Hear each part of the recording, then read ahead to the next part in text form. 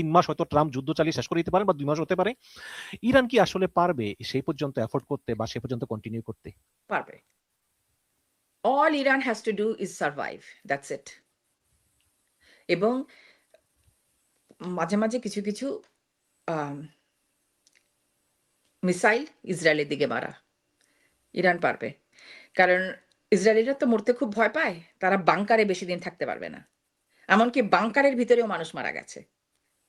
ও, হুম? বাংকারের ভিতরেই? হুম। ড্যামেজড হয়ে বাংকারের ভিতরেও মানুষ মারা গেছে। সুতরাং Israelis are not used to it. সুতরাং all Iran has to do is survive with some missiles and launchers and মাঝে, মাঝেই এরা যুদ্ধ থামাক, না থামালে মাঝে, মাঝেই মারা এবং তাতে করে যেটা হবে যে ইসরায়েলের ভিতরে ইন্টারনালি একটা বিশাল chaos লেগে যাবে। ইসরায়েলের মানুষ বেশিদিন পারবে না এই ইরানের যুদ্ধের প্রেশার সহ্য করতে। তখন কিন্তু তারাই কিন্তু ইরান পারবে। ইরান পারবে। ইরানকে দমন করার জন্য ট্রাম্প কি করবে? ট্রাম্প কি এই বোমা হামলা মানে চালিয়েই যাবে? নাকি ডোনাল্ড না, ট্রাম্প কুর্দিস্তানের বিদ্রোহীদেরকে পাঠাবে নাকি নিজেদের স্থলবাহিনী পাঠাবে? মানে ট্রাম্পের এই পরিকল্পনা কি বা এই যুদ্ধের ৮ম দিনে আপনার কি মনে হয় যে এই যুদ্ধটা কোন দিকে গড়াবে? এটাই আপনার কাছে আমার লাস্ট প্রশ্ন। আচ্ছা। ট্রাম্পের কি পরিকল্পনা সেটা তো আমরা কেউ জানি না এখন। Unless it starts. আমার সাথে তো আলোচনা করে নাই। কিন্তু ফ্রম মাই অ্যানালিসিস কি হতে পারে সেটা আমি বলতে পারি। হুম? প্লিজ। কিন্তু ট্রাম্প কি করবে সেটা আমি জানি না। কিন্তু ট্রাম্প কি করতে পারে? ট্রাম্প যেটা করতে পারে সেটা হচ্ছে শুনেন, নভেম্বরে এটি আমেরিকায় মিড টার্ম ইলেকশন। হ্যাঁ? এবং সেখানে ট্রাম্পকে যদি কংগ্রেস এবং সিনেটকে তার মেজরিটি ধরে রাখতে হয় তাহলে রিপাবলিকান সিনেটর এবং কংগ্রেস যাদের এই যে সিটগুলা আবার ইলেকশনে আসতে যাচ্ছে সেগুলাতে জিততে হবে। হ্যাঁ? কিন্তু দেখা যাচ্ছে যে ট্রাম্পের পপুলারিটি আস্তে, আস্তে কমে যাচ্ছে এখন। হ্যাঁ? সুতরাং ট্রাম্প এই যুদ্ধ থামিয়ে দিবে। আগামী ৩ মাসের মধ্যে ট্রাম্প এই যুদ্ধ থামিয়ে দিবে। যদি চালিয়েও যাও ৩ মাস, ১ মাসে যদি না থামে, যদি ৩ মাসও চালায়, তারপরে আর ট্রাম্প এই যুদ্ধ চালাবে না। আমার মতে ট্রাম্প থামবে। কিন্তু ততদিনে ট্রাম্পের কি ক্ষতি হয়ে যাবে সেটা হলো দেখার বিষয়। যদি দেখা যায় যে ট্রাম্পের পপুলারিটি আরো কমছে, একদম এক্সপোনেনশিয়াল হারে কমছে, ট্রাম্প হয়তো ৩ মাসও নিবে না। তারও আগেই সে তার যুদ্ধ থামিয়ে দিবে। আচ্ছা, নিজেকে নিজে unilaterally the best army, the most beautiful bombing in the world, you know, the biggest bomb on Iran, এই সমস্ত কথা নিজে, নিজে ডিক্লেয়ার করে নিজেই উইথড্র করবে। এখন কথা হচ্ছে যে যুদ্ধটা আগে আমেরিকাকেই থামাতে হবে। হ্যাঁ?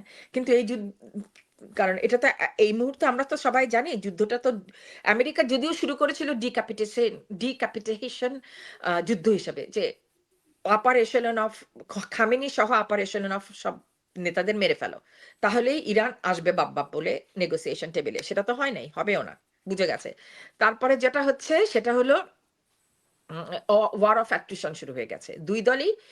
২ দলকে সমানে অ্যাটাক করছে।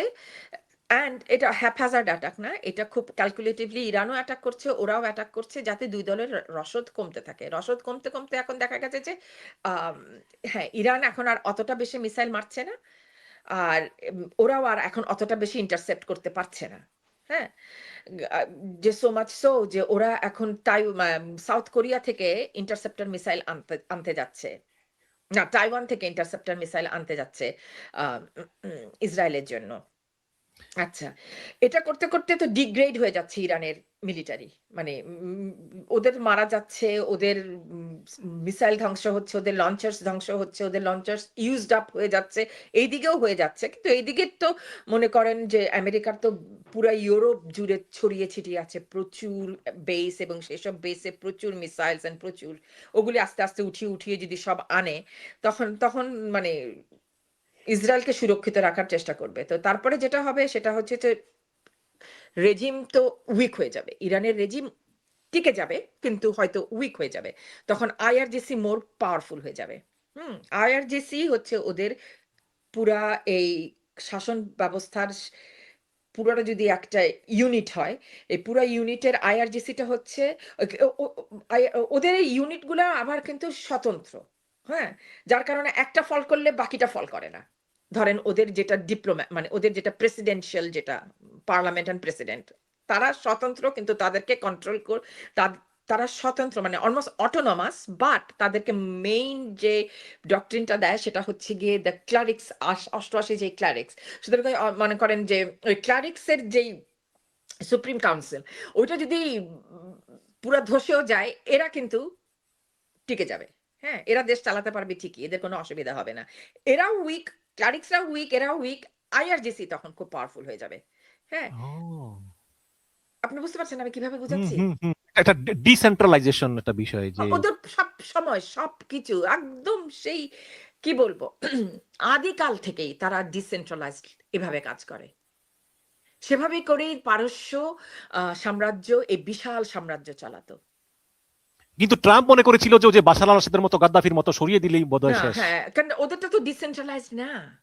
হুম। গাদ্দাফি আর সাদ্দাম হোসেন তো ডিসেন্ট্রালাইজড না। গাদ্দাফিকে তুলে নিলে ওরা পুরা শেষ।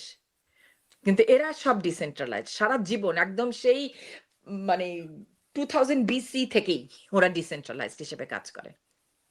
কিন্তু স্থলবাহিনী পাঠানোর সম্ভাবনা কি আপনি কত পার্সেন্ট দেখেন? মানে কোন সম্ভাবনা আছে কিনা? স্থলবাহিনী ডিরেক্টলি পাঠাবে না, নো।